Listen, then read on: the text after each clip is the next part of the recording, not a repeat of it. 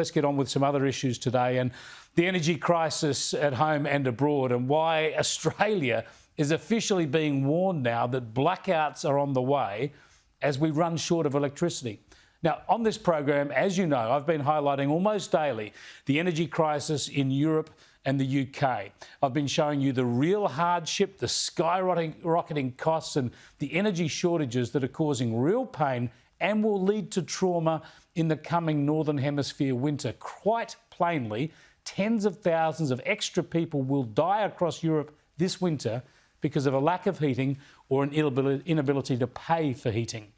In Britain, local libraries are gearing up to welcome people to spend extra time there to keep warm.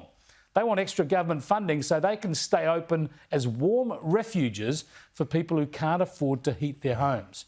This is disgraceful.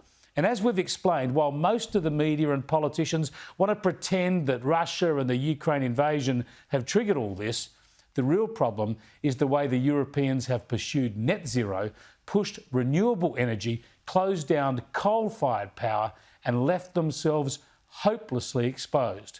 And I've been telling you the reason this is important to us is because this is exactly where we are heading in this country.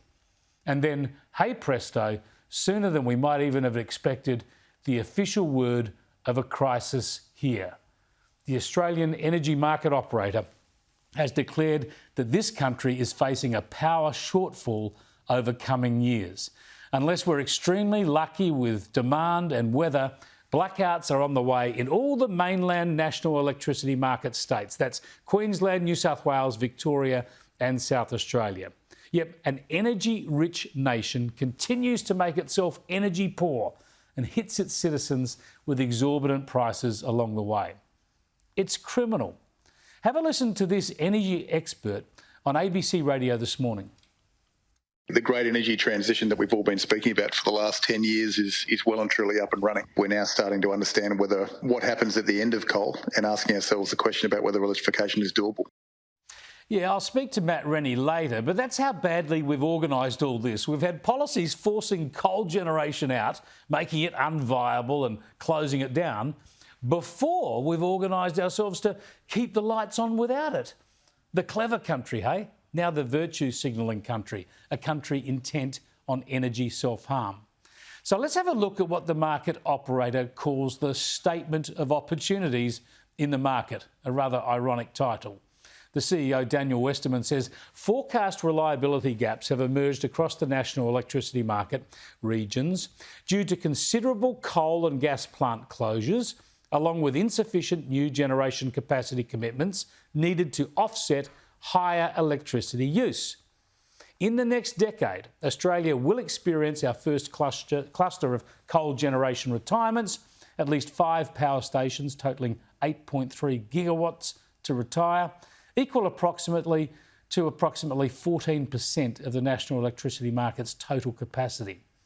Without further investments, this will reduce generation supply and challenge the transmission network's capability to meet reliability standards and power system security needs. In simple language, not enough power might not be able to keep the lights on or the air conditioners going.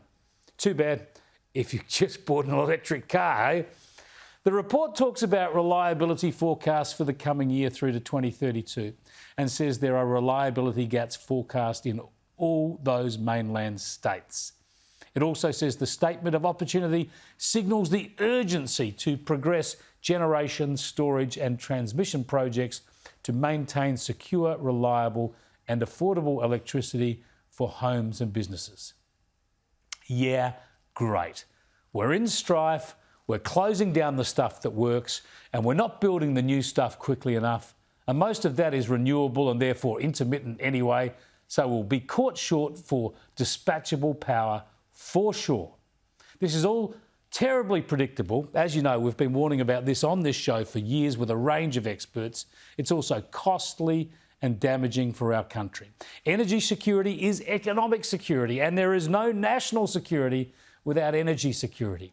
We're making ourselves weaker and more vulnerable economically and strategically with this sort of absolute indulgence.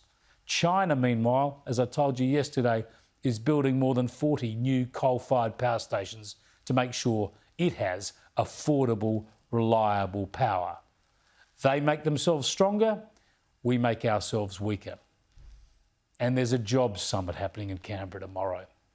Energy security and affordability should be the top of the agenda. Nothing threatens our economy more than the looming energy crisis. It's already seen whole industries shift offshore. It'll cripple us in the future. But on the agenda for the Jobs Summit, what do we have?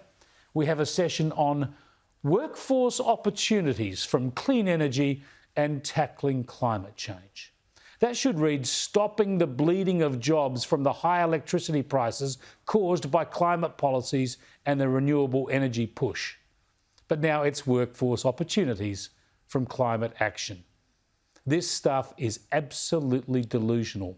Yes, Anthony Albanese and Chris Bowen and their big business and big union mates will get together in Canberra tomorrow and they'll continue to pretend that power's going to get cheaper, that renewable energy will produce hundreds of thousands of green jobs and the weather will improve.